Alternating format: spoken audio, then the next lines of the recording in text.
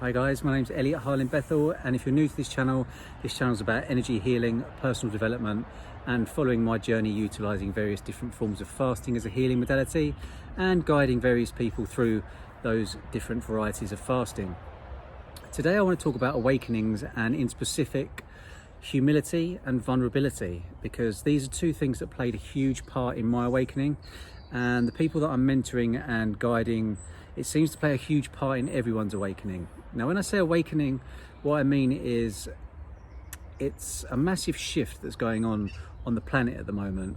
The vibrational frequency of the earth is raising, the Schumann resonance, and people are now seeing things from the non-physical that are now becoming physical. So what was unseen is now becoming seen, and we're becoming aware that media has manipulated a lot of things, and that what we ultimately put our attention and therefore our creative energy onto gets repeated and manifested into our lives. So if you're constantly watching TV, say a negative TV program with lots of anger and war or anything in it, then that is going to be projected into your reality, and that is what you're going to predominantly see. Now, we are multi-dimensional beings, so this means that what you're seeing might not necessarily be what I'm seeing. And the example I'm going to give you of this is when 300 people sit in a cinema and they all watch one film, that one film is perceived 300 different ways in that cinema. Now, I've had this shown to me in very many ways, in that when I've done talks for 100 people or 150 people, I will use stories to awaken certain aspects of people by using certain words, and within the story there's a metaphor or a parable or a hidden meaning that ultimately, what I found, is means a certain thing to me, and it was a certain experience for me. And when I talk it to people, I've had 3 different people come up to me and say that part of your story was really, really mind-blowing for me, and it opened up this aspect, and now I see things from a different perspective. Because if you're looking at things from a 2D perspective, you never see things from a 3D perspective, so you're only seeing things from this angle. But someone that's looking at things from a 3D perspective ultimately has a better view of things and can navigate them slightly better. And a 4D perspective, and 5D, 6D, and there are 12 dimensions, 12 disciples within man, the 13th one being the Christ consciousness. That's really getting into esoteric knowledge now, and it's probably a talk for another time. But if you're interested in something like that, then do contact me at mindbodysoulspiritcoach@gmail.com. So one of my biggest fears was public speaking, and when I was 8 years old, I won a national award for a poem at my school. So my school won it, and I had to go on stage at a national event and speak this poem that I'd written. And I remember walking onto the stage and getting the microphone in front of my face and staring at everyone, and then just absolutely shitting my pants and running off. So when I wrote a list of fears that I had 3 years ago, top of the list was public speaking. And public speaking is the highest paid job in the world. Now, not many people know, but Oprah Winfrey will get up to £1 million for an hour's talk. Barack Obama, Tony Blair, all of these people get huge amounts of money for very small amounts of time on stage talking, because their voices and their words can have a very profound effect on reality. The word abracadabra is nothing to do with crap magic. It actually means in Hebrew, I speak, therefore I create. And the word universe, if you take the I and the N and turn it round, it says you inverse. What you speak becomes your world. It becomes your reality. So I used to hold events, public speaking events, and what we'd do is, say there was 150 people in the audience, we'd get them to write their name on a piece of paper and pull them out of a hat, and people would get 10 minutes on stage. Now, we did a specific one about vulnerability, and I got on stage and I wrote a poem about 2 years ago, and I'm actually going to read it to you guys now, because apart from that one time, I've never actually read it to anyone again.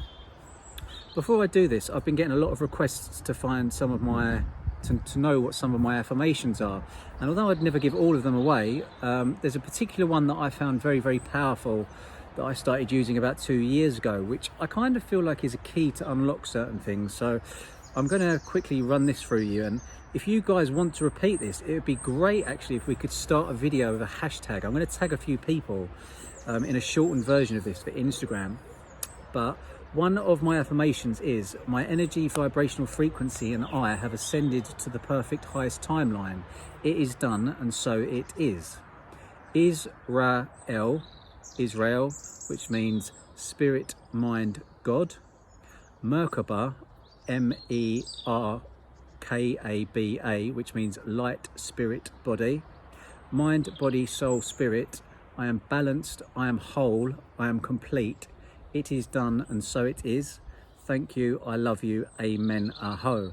Now I'm going to do a very shortened version of that for Instagram and put some hashtags on it. And if anybody would like to use this affirmation and then send it on and tag some other people, all I can say is this affirmation is an invocation, and an invocation, abracadabra, is something you're sending out to law of attraction. You send out certain vibrations and certain vibrations come back. Now when you make the three into one, your light, soul, body, spirit, mind and God, when you complete yourself, whatever you speak is almost an instant manifestation. If I say to you, some of the things I can talk now in the morning and get them to come around within the afternoon, it's very, very powerful, and the more you do it, the stronger it gets and the quicker it happens. So it'd be great if you guys could give that a go and see how you get on with it. And I'm going to read to you the poem that I wrote now, and I'm probably going to put some words up on the screen when it comes up, because there's lots of little words in there that have got alternate meanings. So it is, forget history, his story, and create your story. For you are a creator, not a creature, a human being, not a human doing. Times can be hard when you make them, but time backwards is emit. Time does not exist, we emit it, and emit means to produce. We live in an ocean of motion. Your personality creates your personal reality, so enjoy yourself, I-N-J-O-Y, not enjoy. For what is created within is created without. As above, so below, as within, so without. Then you will come to the realization that universe is spelt Y-O-U-N-I-V-E-R-S-E, and if you spin the N and the I around, it spells you inverse. Abracadabra, I speak, therefore I create. For if we share intimacy, then into me you see. I am naked and I'm not afraid. My body is sacred and I'm not ashamed.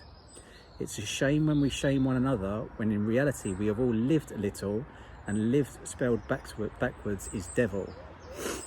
How have you lived? Now is the time to forgive. The word messenger in Greek is angelos, or angel. We are all messages for each other. When the energy is aligned, so align your energy and speak to the angel next to you. For this is all about perception. Perceive to change your perception through your perspective. Make your mistakes mistakes, and make as many as you can, and that is the way that you grow. We have all made the mistake of taking medication in the past. But in the future, let's drop the C and change it for a T and try meditation instead of medication. The power to heal is within you. For rest, the most potent place to go is the forest for rest. Nature heals. You will find the most powerful nation on this beautiful planet is your imagination. But before all this, please take note. To be at your most beautiful, you must be you till full. Letting our ego take control is to edge God out. Reincarnation. For what you thought was a full stop was merely just a comma. Then the realization that nothing is impossible when you realize I'm possible. It'd be great to know your thoughts on this poem. I wrote it probably about 2.5 years ago. It's the first time I've read it to anyone apart from on stage that one time. And yeah, no, please let me know your thoughts and let me know if you'd like me to do any more videos like this. I hope you're all enjoying your week. We're currently on Wednesday. And anybody else looking for mentorship or for guidance on fasting or any other spiritual processes, please just get in contact at mindbodysoulspiritcoach.com. Namaste, lots of love.